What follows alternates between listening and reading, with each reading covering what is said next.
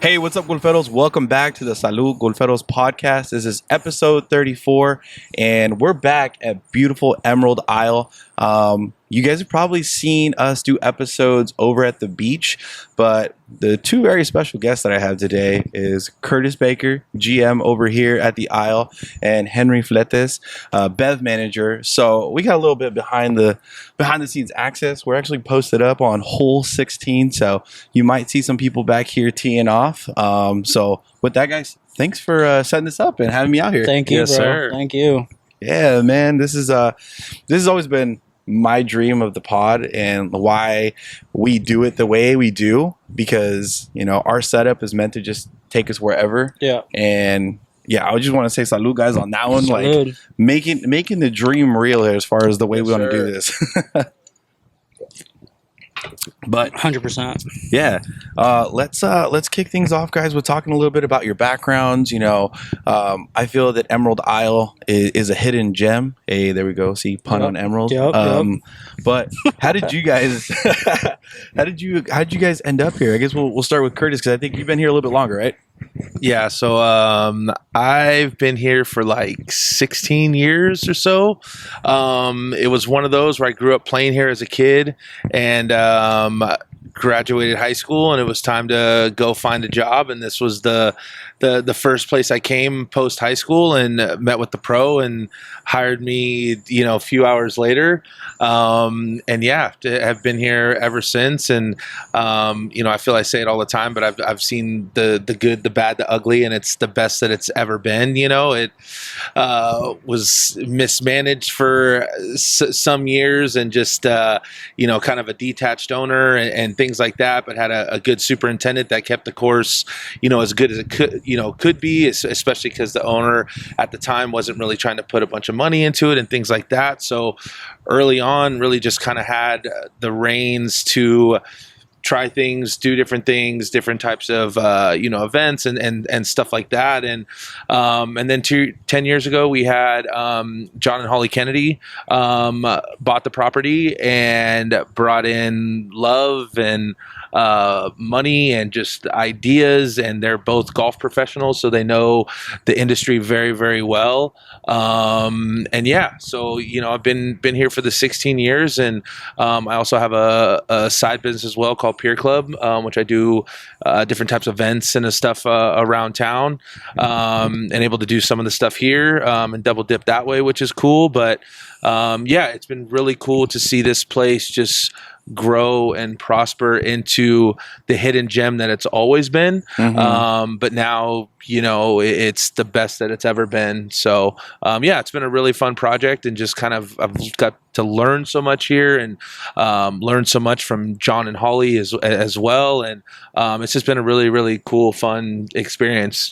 Showing up to the golf course every day is not the worst thing ever, Right? And yeah. So, but yeah. No, that's freaking sick, Curtis. And man, 16 years, most people, I feel like nowadays we don't have too many lifers. I feel like the current state of work is people kind of bounce around a little bit, find something new, which is, that's cool. But I mean, you definitely have seen a lot. You just listed off everything. I almost feel in a way, this course is your child. You have a teenager, you went through kind of those baby years, the toddler years, the terrible 2s and 3s, whatever it is. And now you're kind of okay, you're finding your own kind of way. Would you feel that way? Yeah, for sure. And I mean, it's really been cool too that, throughout those years of just not only the course conditions and stuff changing, but being able to change the culture of the game too, and with the staff and, things like that I think we probably have one of, the raddest staffs around too, of just very friendly, and very accommodating, and, awesome golf pros with Natalie and Heather, and, just a really cool team of people who probably could be doing a bunch of other things, but love this place as well and want to continue to make it better and more awesome, and all those things. And our in-house graphics chick, Cass, just kills it with all of our promo stuff, and we really like to do cool things with the merch, and just keep things as cool as we want it to be, and that's what's been so rad with John and Holly, and even before, they just hear the reins, do what you do, and let's make this place awesome, and so having that freedom and stuff to just kind of continue just to try new things. I mean, golf is ever changing with the culture and the style and all that stuff, that it doesn't have to be the stuck up tuck-in polo thing anymore. Yeah. And so just keeping this place cool, casual, and dog friendly, and all the things I think are very important for the progression of the game, as well. But yeah, it's been a lot of fun. Yeah, no, that's really cool, because I feel like that could be an episode in itself, talking about the staff that you guys have here, because there are definitely a lot of talented people that you guys introduced me to, here and there, and I'm like, what the heck? Like, what are they doing here? Like, no shade to the aisle, but it's more like, dude, like you said, they could be doing something else. They could be. Cass, calm down with the merch, because my wallet's starting to hurt. All right, but no, thanks, Curtis, for kind of giving us that background, and talking about the early years. But Henry, you put me onto this place, and I don't think we ever really talked about it. But how did you come to be here at Emerald? I was just working just random jobs at a high school, and then I was just getting over it, and I went and applied to pretty much every golf course in Oceanside. And for some reason, just what I was looking for, something fun, something just low key, just just something easy. And then I came here and got an interview with Curtis and Holly, and then really never looked back after that. I did that interview with them, started working here probably a few days later, and it's just been freaking 7 years now, 7-8 years. Oh dang, okay. And just been able to learn so much from this guy, Holly, Cass, Nat, John. It's been just a blessing for me to have all these people and just learn the golf game. I've never been into golf growing up, so starting here just learned a whole new world and kind of changed my life. So were you playing golf already when you applied, or? I played a few times, kind of messing around, hitting the driving range, but no, I really started playing when I started working here. Our old pro Mug, she started giving me some lessons. John, and we had another owner at the time named Don, and they gave me some lessons, and just went from there. Okay, yeah, that's really interesting. I didn't know that about you, that you didn't really have that golf background. But what inspired you to apply to golf courses? What was it about golf courses that attracted you? I think it just looked fun. I think I had some friends that kind of worked in the cart barns doing whatever. And then just something that caught my mind. I just thought it'd be cool, something chill where I could just kind of still have some free time, but something that's not a bunch of pressure. At that time, I was working a computer job and doing some cold calling and whatnot. And I just wasn't feeling it, and it wasn't that, it wasn't for me. And then coming here, and it was just a whole different world of just chillness, fun work. You still have to work hard, but working with your friends every day, it's nothing comparatively. Yeah. No, that's cool, and that's definitely a reoccurring theme I hear when people talk about Emerald Isle, just how fun and how chill the vibe is. Like I said, you put me onto this course, you started following us. And I remember you just shot me a message and you're like, bro, do you ever play Emerald Isle? Yeah. And I was like, where the heck is Emerald Isle at? Yeah. And dude, I'm born and raised here, born in Tri-City, still live in Vista, and I never heard of this spot. And then Henry was just like, hey man, here's a couple rounds on me, go check it out. For sure. And I've never looked back. I'm like, dude, I love coming here. Like, and that was always the cool thing. Like, even early on, like having, like I'll name drop them all the time, but Kurt and Holly, like they want to show the love to everybody, and like to put a spotlight on this place was always something that they do. And I just learned it from them. And like seeing you and the Golferos, it was just something that caught my mind. Like obviously you guys are an inspiration for me, and thanks, man. and just showing the love back, and you know, get you guys down here. Like I saw you guys on the timeline and followed, and I mean you guys are close by, so it was easy. Yeah, no, definitely. Like it's funny because you guys are talking about like definitely promoting the Isle, and I want to do that. I want to promote the Isle, but also at the same time I'm like, oh man, this is like this is my course where I know I can get a tee time when I'm jumping off of work. So it's like, leave the 4 o'clock slot for me, guys. All right, like, nobody take that one, all right? Right. But definitely come out here.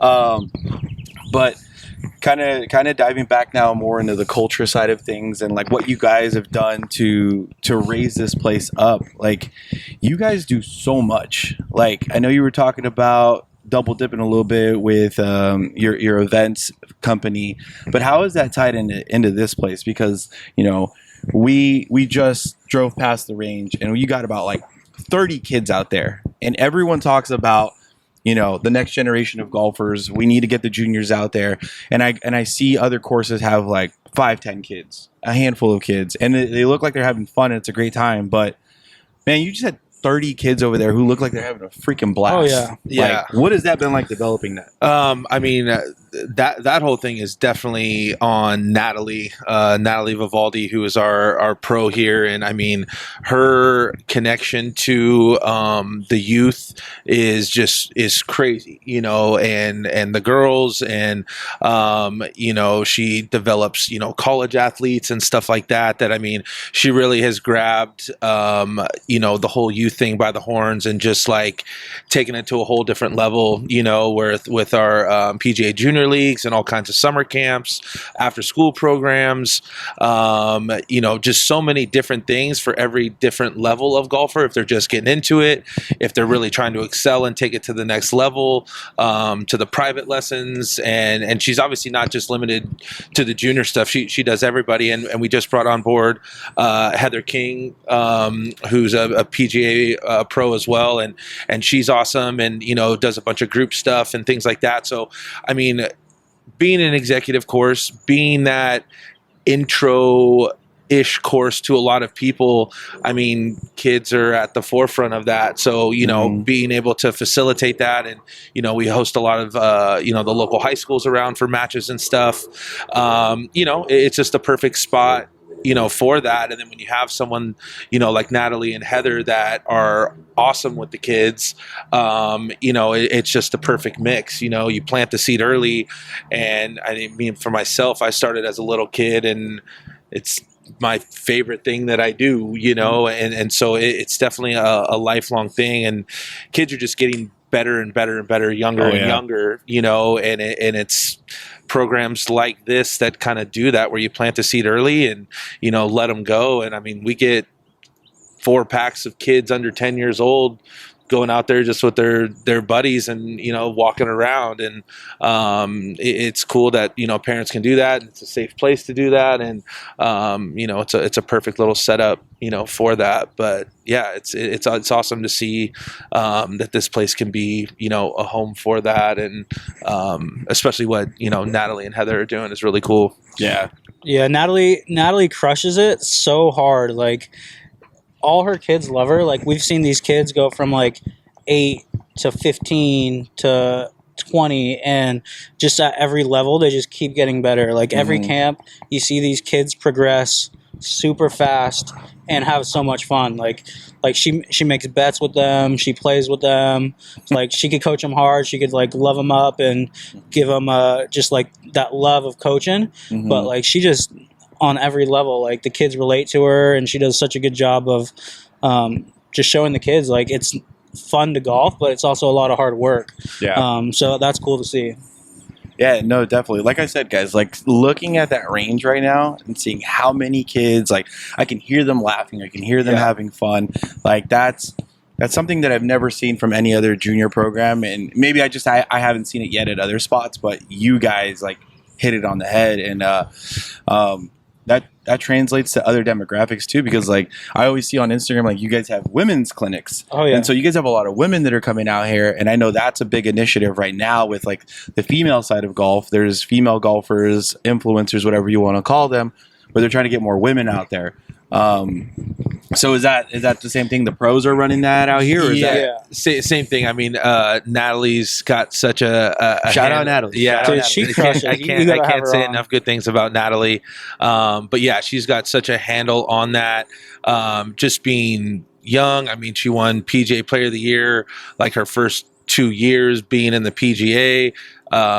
She just qualified for her first LPGA tournament, which is coming up in June. But then she's just, she's been around for a while and tied in with the industry, and just really, she did this program called Rookies and Rosé, which was like highly incentivized on drinking with some golf instruction in there. And it's like, I think guys, ladies, whoever, can really, that's not what it's all about, but that's a huge part of the social side of golf. You know, let's have a few cocktails and let's, figure out this most frustrating game ever, and so when you mix that with fun and cocktails, it's like a perfect equation, and so I mean, she literally has a program for anyone and everyone who's just trying to get into it, trying to get better so they can, play with their boyfriend, or getting so dope that they're beating their boyfriend, type of thing, or whatever the case may be. And so I mean, she's got stuff constantly, and all that stuff's on her website to, sign up for that. And it's like, literally you can dish off the kids to them for a couple hours to get some time, or even yourself, get rid of everybody else and, come out, and so, just all the different programs for all the different demographics is really cool. Cause I think everyone, regardless of who you are, what age or whatever, the whole goal is to try to get better, even though it is one of the hardest things ever, but you can't just go on YouTube and chase your tail watching videos and like, I'm going to try that. It just helps to have someone who knows what they're talking about telling you what you should be doing, and it's worth it.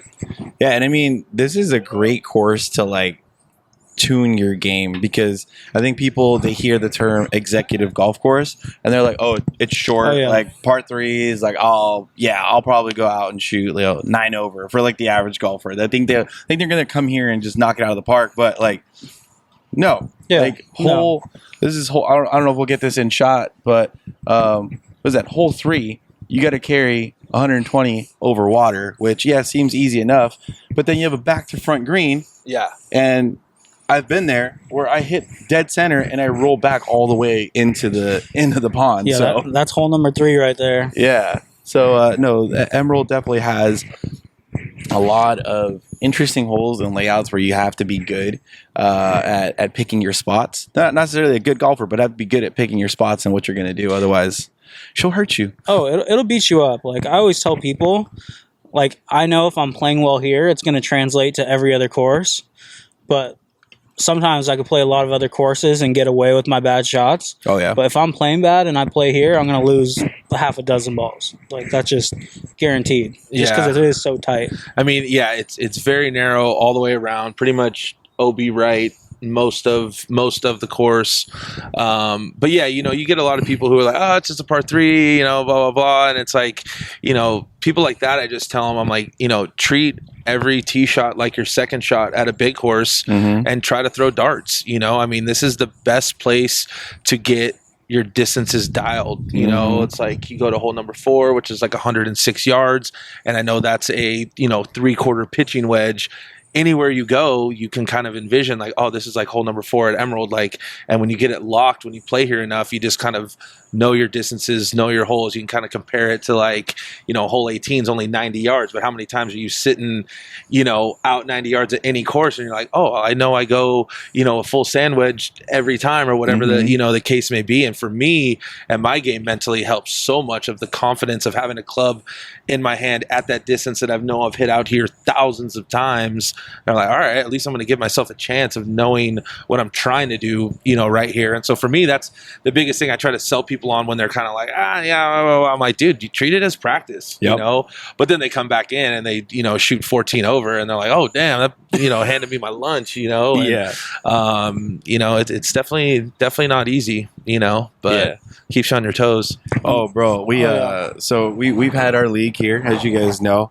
We had about 40 golfers come out here for the Golferos League, and we got a couple of sticks in the group, and they're more South County. I'm not going to throw them under the bus by putting their name out there, but I think we had one scratch golfer where he was just like, it's a par 3 course.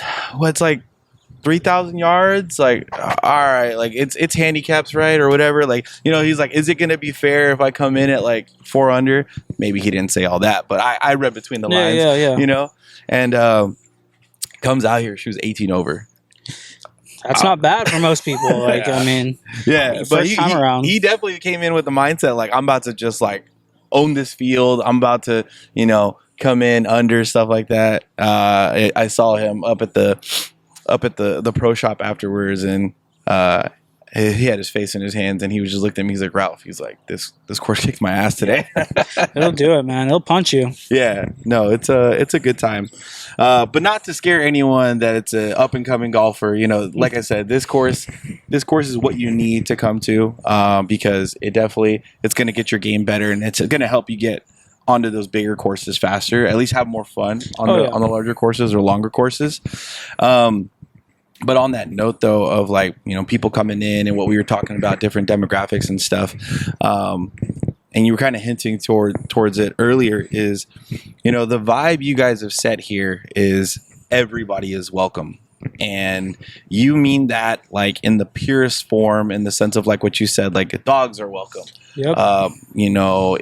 Mexican, Asian, white, black, whoever you are welcome here. And you're welcome to show up however you want. When you went through that change of the old ownership into the new ownership, is that something that carried on from then, or is that something you guys changed during that ownership change? No, I mean, honestly, for me, growing up, born and raised in Oceanside, that's just Oceanside. You got every color of the rainbow coming from all walks of life with the military base right here. So, I think that tone was always there, but in the sense of, I think really what had happened to golf over the last, 10, 15, 20 years, but then specifically post, the COVID kind of era, everyone just got kind of into it, and so being able to be that home for everyone at every skill level is just kind of, what it's always been. Because Oceanside is just a melting pot city, and so I feel it's always kind of been that way, and which has just been cool, but then really after COVID you saw every walk of life get into golf at every level, which was cool, and I think the biggest thing for us too is that we're arguably the most affordable, course around. I think right now it's Twilight and it's like $19 to walk it. And I think at most it's like, $38 on the weekend with a cart, type of thing. So, that's been our biggest thing too, is just like trying to be as affordable as we can keep it. Water's not cheap. Keeping this stuff green isn't cheap, and finding that balance. But being able to be that spot that, regardless of how the economy's doing or how you're personally doing or whatever, you can still scrap together the $20 to get out there. And so I think that's really important with golf being, there's that high end, middle, low end, and a lot of courses in this last little bit have just gotten so expensive that you price a lot of people out from playing 2, 3, 4 times a month. But I mean, we got people who are lapping this place daily, because it's their little quickie getaway. It takes about 2.5, maybe 3, a little longer on the weekends. But I mean, you're teeing off right now and you're slapping it around in 2 hours, whether you walk or ride. And so I think just that has what's opened it up to be friendly for everybody too, is the price, because I feel the price is definitely something that shuns a lot of people away from playing certain courses or playing them more often, Yeah, no, definitely. And that's always the big conversation around golf, right? Is affordability and coming from a Mexican background, this is kind of a conversation that we always have. And Henry, you probably speak to this, but older generations, Mexicanos, Latinos, they're just like, why are you playing that sport? It costs so much money to go swing your little sticks and hit a little ball into a hole. Like, why are you spending money on that?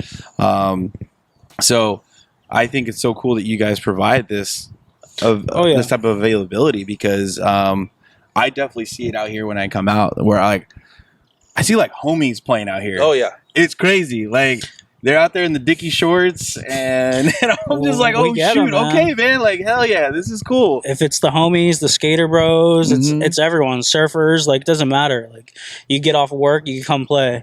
Yeah. You could get off from school, you can come play. Like, it's open to everybody, and everybody comes plays. And, like, if you don't know anyone at the first tee, you'll make friends at the first tee. And that's always a cool thing here. It's like, if you're playing and there's a little wait, pair up. You never know who you're gonna play with. Yeah. But that's the cool thing, that it's open, it's friendly, and everyone knows, like, if you're gonna come play Emerald, it's gonna be chill. You don't have to stress too hard. Curtis's favorite tagline is like, "Oh, we want to play alone," or someone would ask like, "Oh, we want to play alone," and Curtis is like, "I mean, everybody sucks, so like, don't worry about that." Like, people aren't the best, and nobody judges like that. So just golf. Yeah. Yeah, and it's so easy here to get like, I've gone out solo just because nobody was around, and then another solo catches up to me, and it's just like, yeah, man, let's link up, you know, like, let's just go ahead and play and have fun, because a lot of people that come here are a good time. But I want to kind of get back now to a little bit more of the events that you guys got going on. So, we talk about the pros over here handling their business on the range, but you also put on some other events here. Can you talk to us a little bit about that? Yeah, so about 8 years ago, I started an event company called Pier Club. Started with a day party on the rooftop of what was Hello Betty, and just kind of evolved into a few different projects, one being Oceanside Flavor, which is a big food festival that I do with Oceanside Magazine, which is all the different bars and restaurants in town set up for just like a all-you-can-eat and drink tasting event. And then that rolled into a New Year's party that I do at Surf Club now, and then one of the other ones that we started doing here was a big industry golf tournament, which is all the different bars, restaurants, and brands get a team together, and we close the course for the day. I think we had like 260 players last year, which is pretty much tee times from 7 in the morning till 4 in the afternoon. Got a bunch of sponsors and stuff out here, and the drinks are flowing and the food's flowing, and it's just it's a cool chance to just get all these restaurant people, bar people, different people who have brands and stuff, and even it's kind of grown into like construction companies and stuff like that, just to get out for a day of fun. And it's cool being able to host that and just have just that fun kickback. But there's still, especially in the last handful of years, the competition has really gotten more serious, or the kind of the bragging rights of taking down the industry tournament has become a thing, which is cool. And then the other big project that was birthed here was Snowside, which is a 3-day family-friendly winter festival that we do in the first weekend of December, and that was just kind of a brainchild of all my homies started having kids and stopped coming to my nightclubby type of parties, and I was like, all right, like, let's create something that they can come and drink margaritas and watch their kids play in the snow. And I kind of told John and Holly the vision of like, I want to turn this place into a winter wonderland, mini Disneyland for 3 days and still try to function as a golf course during the day. Yeah. And, you know, they were down, you know, and they saw the vision, and this will be the fourth or fifth year that we've done it. And, you know, we bring in 80 tons of snow, live music and jumpies and food vendors, and Santa's here all 3 nights. And it's really cool. I mean, to see kids light up for seeing snow for the first time, or getting to sled, or seeing Santa, you know, it's definitely something special, you know, and to be able to be a golf course and host something like that is so different, you know. And so where we're functioning as a full golf course in the morning, and we actually do a holiday tournament during that time called Deck the Holes, and then we transition midday into a, you know, little mini theme park type of thing, and the staff is awesome, where we go from, you know, dealing with golf and stuff to making hot cocos and you know, dishing out, you know, beers and stuff. And so yeah, you know, it's just been really cool that, you know, I think COVID really sparked that idea too, to where it's like when things went outside, we're like,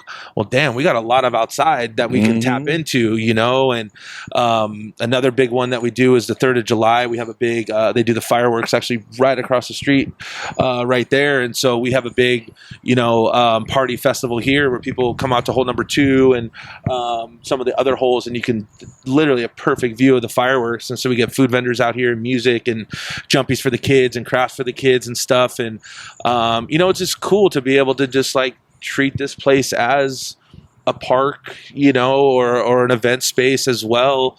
And just for people to have a good time, you know. And it's just been so cool that the response from our community here, but then the broader community has been so responsive to that. And, you know, all these events are just, you know, big and just really good turnouts and good vibes. And it's really been cool to see how that just kind of been able to happen, and this place kind of turn into more than just a golf course, you know. Yeah. And I think that's really cool. And one of the things that I caught on early about you guys is that, you know, I feel like it's been a theme and a trend in our conversation is that you guys really keep an eye on the community, and you're like, okay, like, who are we seeing out here? You know, what's the next trend, so to speak? And how do we tailor to that? Because like you said, you started noticing that your friends were having kids. So now it's like, well, like we said with the junior golfers out here, is like they're that next generation. So how do we appeal to them? Because I'm 100% sure that the majority of these kids are going to grow up, and it's like, well, yeah, I grew up playing golf at the Isle. They'll be here as adults. They'll start bringing their kids. They're going to bring them to, you know, the Christmas events, the 3rd of July.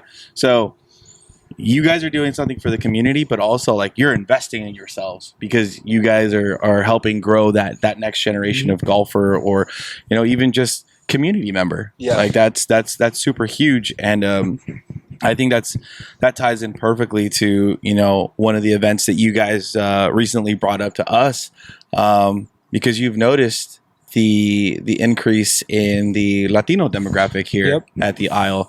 So I think this one's your brainchild, right, Henry? Yeah, this one is just, it's I brought it up, but like you guys are a big foundation of that. Like, at least for myself, some of our staff guys, where it's like we get some Mexican guys and we see how many Latinos are golfing and whatnot, and just showing the love, because there's more of us out here than we think, and to get us all together is super cool.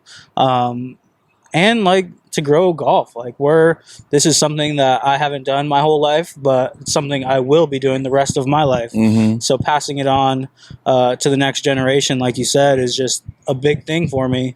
And golf has definitely changed my life in more ways than one. So that's something I want to just shed light on, is just growing it, making it more accessible, and have fun. Like golf is fun. It doesn't have to be all that pressure that people make it seem to be. So just putting it out there and making it accessible and fun for everyone. Yeah, yeah. So what did you guys decide to name this upcoming event? So this next tournament is named after, we're releasing a beer with Dogleg called Orale. So that is what the tournament is going to be called. It's going to be called Orale. Yeah, and we're super pumped about this one. El Primero tournament. So we're stoked on that. And to just offer it and to tap into all the Latino businesses, friends, golfers, and just make it fun. Make it on Cinco de Mayo or the day before on Sunday the 4th, shed light on it and show that we represent in golf and grow it. Yeah, no, that's super sick. That like, once again, you guys are keeping the community in mind. So like a lot of times when people think about doing, honestly, kind of like a cliche, cheesy event, they'd be like, "Oh yeah, Cinco de Mayo, like we'll have a taco vendor come in and stuff like that." And like obviously, like I love tacos. I mean, come on, who doesn't? But you guys took it that next level of bring in the community. Like you're actually going to Latino ran businesses and saying like, hey, like this is what we're doing, come in and support, because like you said, this is another avenue for us to explore. So and like you said, like that's something that's always bothered me, is like the cheesy Cinco de Mayo and all that stuff, where it's like we have the capability of doing something here and making out or reaching out to the right people to make it happen and shine the light on the people that actually or not matter, but like that people it affects and people that want to be here. So that's something I think is really important. Yeah, no, for sure. And so I know like the flyers come out, so it's out there. Órale, it's on the calendar, May 4th. You guys need to be here. Los Golferos is going to be here. We got friends of the brand, friends of the golf course are going to be out here. But talk to us a little bit about kind of, so like what we've been saying, right? Like we don't want it to be the cliche event. Like it's going to be an authentic, it will be really authentic Mexican event. Yeah. So like, what are some of the ideas? Like, what can people expect to see at Órale? A taquero, some music playing, some home feeling music. Curtis is working on some frutas, some fresh frutas. Just a bunch of stuff that makes you feel at home. You know, like something as simple as like when you go to Mexico, you get the little bracelet with your name on it, like something like that, where it's makes you feel like you were there, you were in Mexico. So something like that, or like just everything all around, where you get some conchas in the morning, some coffee. You see your cousins, you see whatever, just make it feel good, like make it feel like it's familia. Yeah. Ooh, that sounds good. Some café de olla with a little concha before you tee off, right? Man. That's awesome, man.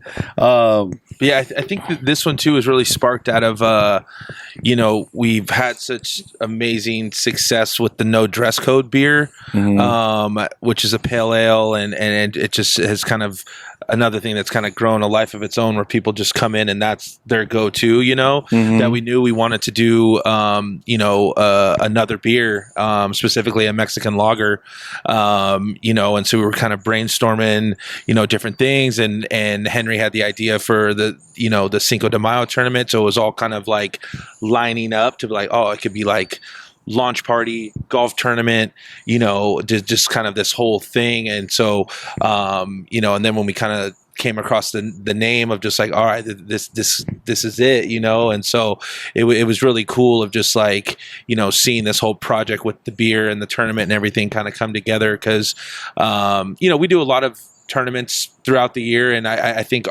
we're known for our tournaments being a little bit different than the average, to where, we do a haunted holes tournament during Halloween, to where we put different activities on all the different greens or the tee boxes. It's kind of like a Superintendent's Revenge, type of tournament. And so making tournaments that are more fun, to where everyone's kind of got an advantage or a disadvantage if you do something that's kind of hard on a hole. And so I think Orale is going to have, some of those aspects as well, to where, you know, there'll be a big old sombrero on one of the holes where you just have to putt into it, and that's good, you know, type of thing. And so different little nuances like that, you know, make it a little bit more fun. And then just, you know, different vendors out there.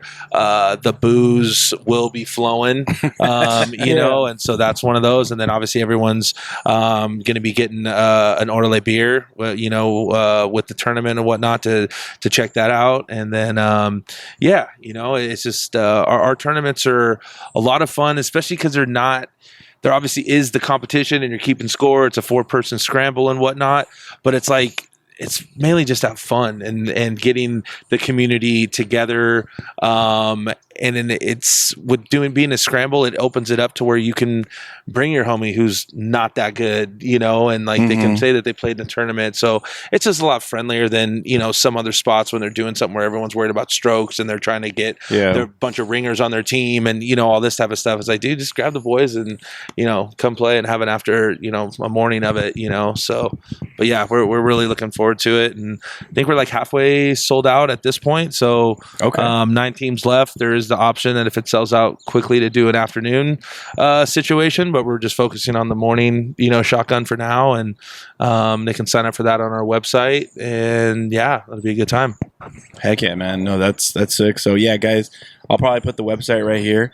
Go over quickly because like you said, spots are running out, but also try to sign up so that maybe we do kick off an afternoon session of the Órale Golf Tournament. No, guys, it's honestly, guys, like we're not saying everything that's happening. I had the pleasure of golfing with these two, and they've been spitting some ideas out. And I'm like, oh yeah, we definitely need to make that happen. Yep. So they're definitely still continue to grow it and make it the best possible event. And you know, we always say that it's not just the Mexicanos and Latinos, as we like to call them, our golf güeros. So for the white homies, the black homies, Asians, wherever you come from, if you got a Mexican homie, come out here with them to this event because it's going to be a lot of fun. And I've told you guys before, but I love the name Orale because for those that are listening and don't speak Spanish, Orale is like saying, what's up?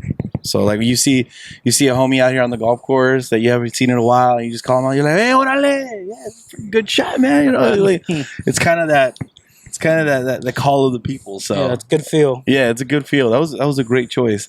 Did you come up with that, or was it Cassie, or who came up with that? I honestly don't even. We were throwing out so many things out there. I don't even remember where it came from. But that's one cool thing about having, at least for this type of stuff, Curtis and Cassidy, where we're texting back and forth, just throwing so much random stuff out there and just seeing what sticks. And you never know, because it's like you just got to talk it out and, yeah, go from there. You know, it's like it comes out of nowhere. Yeah, for sure. And Kurt, what did you think when you heard the name? I was stoked because, I mean, Cass and I work on a lot of stuff together. She puts up with my overbearing creative, like, you know, just takes things that are in my mind and helps me make them tangible, or I'll send her like a shitty Photoshop version of something that I'm thinking. And I'm like, yeah, let's make this like legit. Cause she helps me with the Peer Club stuff as well. And along with everything here. And so we definitely have an interesting working relationship when it comes to that stuff. And so, yeah, you know, between bouncing all the ideas off of each other and when we stumbled on that and then kind of like started, you know, getting some mood boards together for what we were thinking the can to look like, in different color schemes and different stuff like that.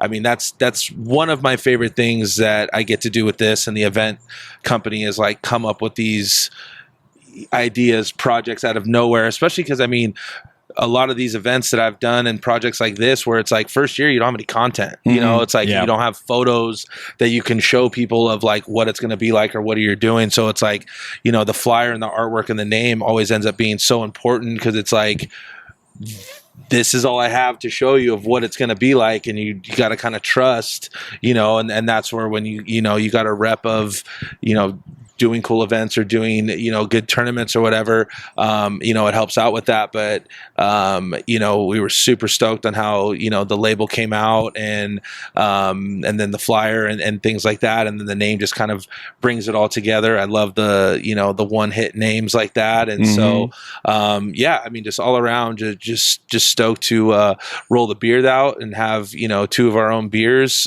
which is a really rad thing, and get this tournament going, because 90% of our tournaments that we do now are yearly, to where, we have our Masters tournament in a couple weeks, and we've been doing that for 3 or 4 years. Yeah, 3 or 4 years. Our Super Bowl tournament is like 17 years deep. Ooh, and so the Halloween tournament is, I think, 4 or 5 years deep. And so all these ones, they've like really resonated, and it's just like, all right, cool. Like, these are just copy and paste every year, and people look forward to it and are calling, hey, when can I sign up for this next tournament? I'm like, whoa, that's like 4 months away. Chill out. For real. 3 tournaments between then. And so, it's cool. And we host a lot of tournaments for people too. We have a ton of companies and brands, big brands, small brands, churches, all kinds of stuff that host tournaments, here. And it's just so friendly for that company that wants to be able to have the whole family or whoever come out for it, that it's not some serious $400 per person, whatever type of thing, that it's like, all right, $65, you're getting food, you're getting drink, you're getting, your green fees and everything, and some swag or whatever. And so it's cool to be able to provide that for, whoever wants to do a tournament, because we do a lot of that as well. So, but yeah, Órale is going to be a good time. And, I just know the drinks and the food will be 100%. here and there and everywhere. So that's the cool thing about that, is like, the clientele, people like to have fun, and when you put something together that has all of that, it's just gonna be a hit, because who doesn't like fun? And just knowing you put hard work into it, and you want people to have fun, and people are coming in with that mindset, it's just a great recipe. Yeah, no, it's exciting. I know from experience, like playing in events here with you guys, or like I said, when we had our Golferos League event, we had guys who had never seen this course before, and they thought it was amazing. It was a great time. Or even for the guys that do play here, the fact that it is on the shorter side, like, guys, we're on the 16th tee box, but 15's just right there. 2's over here, 3's there. So kind of what I was saying earlier, like, hey, Orale, like yelling out to your homies. That's how it was at the Golferos League event, where like we were talking shit to each other. Where I was like, you ain't gonna make that putt. You're not gonna make that putt. Like, I'm over here getting ready to tee off. So, no, guys, I think everything that you guys are doing, the golf course, the way it's set up, it's gonna be just a culmination of a lot of good components that's going to set it up for an amazing event. So I'm super excited for that, guys. May 4th, make sure you sign up. I'm going to put the website again right here. It's gonna be a really, really good time. So yeah, guys, there's not much more else I can say about that, really, right? Yeah, thank you, bro. Thanks for having us on. Yeah, no, for sure. So guys, it's been a pleasure speaking with you. I've had a lot of fun, and for those of you tuning in, as always, salud, Golferos. Salud. Cheers the mic.